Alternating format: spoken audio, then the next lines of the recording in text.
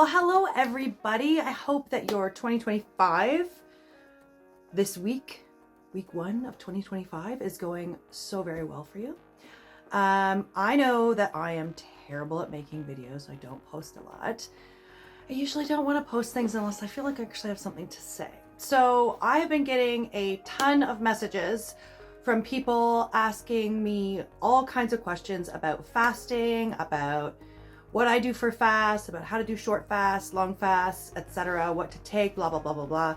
And one of the questions that keeps coming up is about bone broth and whether or not I make or buy my own bone broth. And I can tell you, I make my own bone broth. And because I'm being asked this question so often, and because it's the bitter cold of January in Canada, I figured this is an easy one I can do for you guys.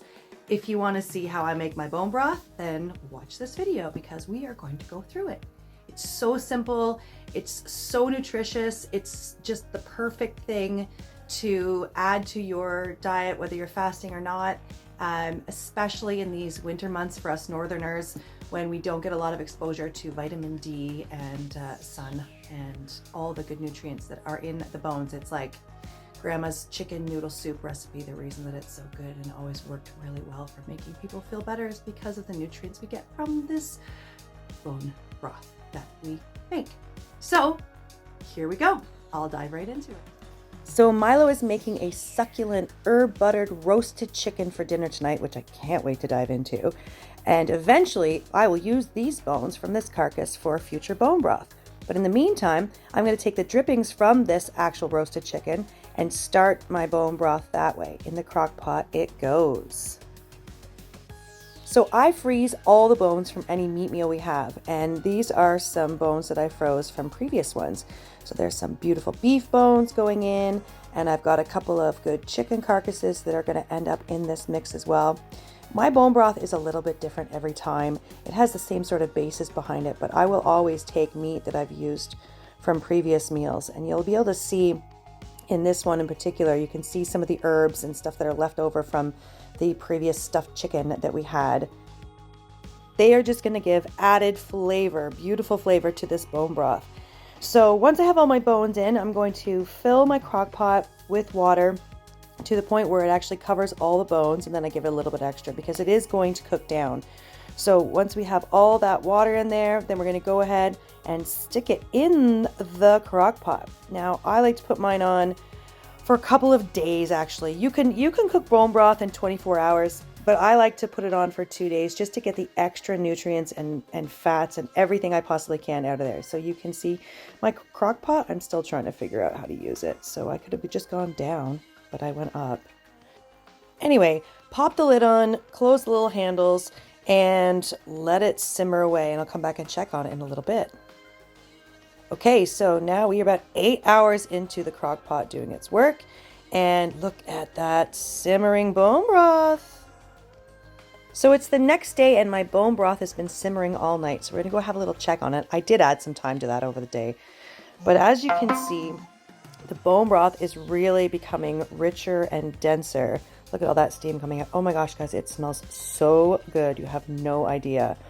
So now what I want to do that they've been cooking long enough is I want to mash down the bones and start to kind of help break them up a little bit. They're getting more and more brittle and tender and getting more of the nutrients out into our delicious bone broth. So I'm now going to, at this point, add some things to it. There's some liver. Yes, I put a big juicy piece of liver in there. Some onions and some garlic and different seasonings. Now you can add the plethora of whatever you really want to add in there. If you're trying to do a strict carnivore diet, then you're going to want to only put salt in there, but I'm not so worried about that right now because I'm adding all kinds of flavor. So that's some cayenne pepper because I like me some spice. The liver's in there to give added iron and nutrients as well, and you really don't even taste it. And again, I mentioned I like spice. Let's put some peppercorns in there. You can put in oregano, sage, you can put in bay leaves, you can put in any really thing that you want to add flavor, but this is what I'm doing. Now I use Celtic sea salt. To me, this is the gold standard of salt. I used to use pink Himalayan salt, and then I started reading about how there's all kinds of heavy metals in it, but now Celtic sea salt really has all kinds of trace minerals and great things in it. You really don't go light on the salt, guys. Like, trust me, you want to add a lot of salt to it. Salt is good for you. Those things, whatever they are, maybe not. Goodbye. And because I know that we are going to cook it even longer, I'm going to add more water. I don't know what that is, maybe a couple cups. I'm never particularly concerned about precise measurements. So lid on again and let's keep cooking. And yes, I went up instead of down again. The morning of day 2, and I swear to you, my house smells like a warm hug. Oh, this stuff. Let's see. I ended up having to get up and add more water. I didn't record it. I cooked it way down. It was at the bottom, so I did put more water in.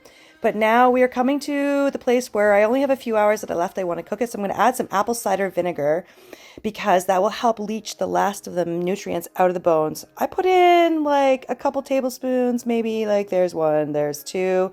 Again, I'm not a huge stickler on measurements, and it's sort of like a taste thing too. I don't really notice tasting it too much by itself, but I actually sometimes add more, sometimes add less. I kind of like it a little sour sometimes, less sour other times. Either way, get some apple cider vinegar in there and just give it a little mix around. You probably don't even need to do that, but I did. I'm keeping all that fat like that's on the chicken and all the different meat and stuff that's in there because that is all just flavoring this bone broth. Lid on once again, and I'll check back in a couple hours. Okay, so I'm ready to take this out. It is definitely long enough at this point. It's probably been cooking 48 hours. Hey, thanks for the hand, Dev. That is my finished bone broth. You can see it is super dark. The broth is just filled with all the good stuff. And I could cook it longer, but there's not really much need to. I mean, you can cook it if you're busy, if you're out, you can let it keep cooking. It's not going to hurt it, that's for sure. But I certainly have what I need at this point.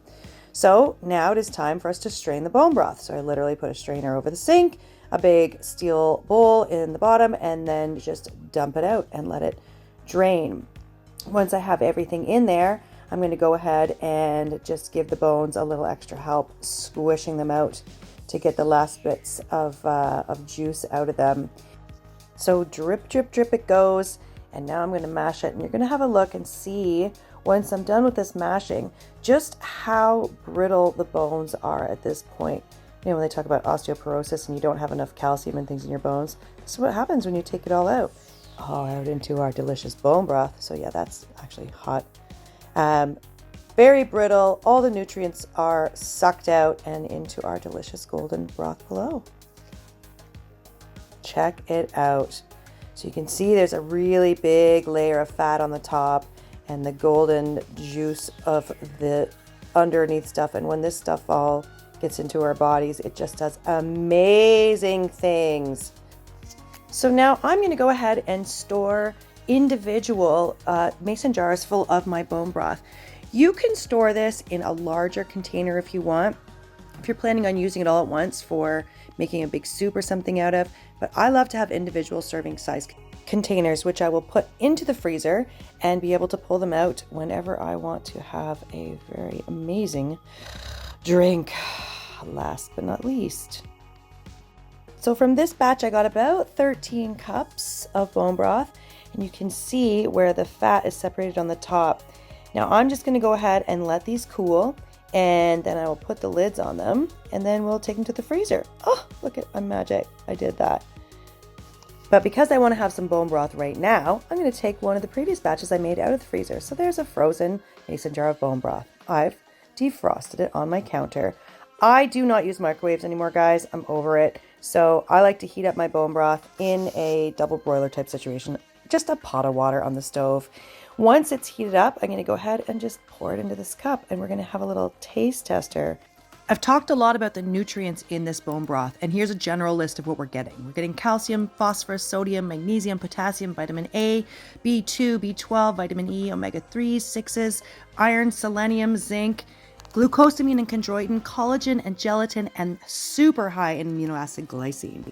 Devin has a few sniffles today. I'm a little bit sick. He's feeling under the weather. It's very hot. It's not that hot. You can do it. Oh, thank you, Rabbit.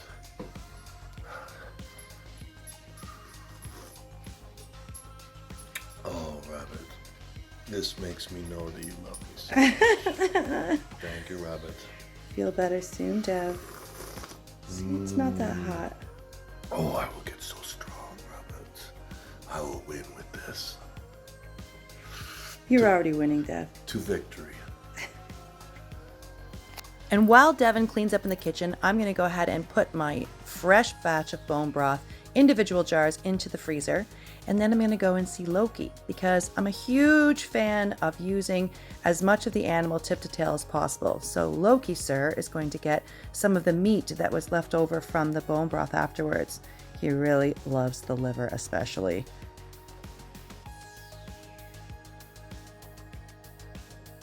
Time to check and see how Devon's doing in that kitchen. Dev, the kitchen's the other way. So I hope you guys got something from this video and you can see how easy it is to make bone broth. And as I said in the beginning, you can add it to anything at any point, any kind of diet that you're on, or just general life, because it's so very good for you. I think if people want to see, I'll make a couple videos after this talking a bit more about fasting. Let me know if you guys have any questions specifically. I'll do my best to answer them, and hope you are all doing very well. Stay nutrient full, everyone.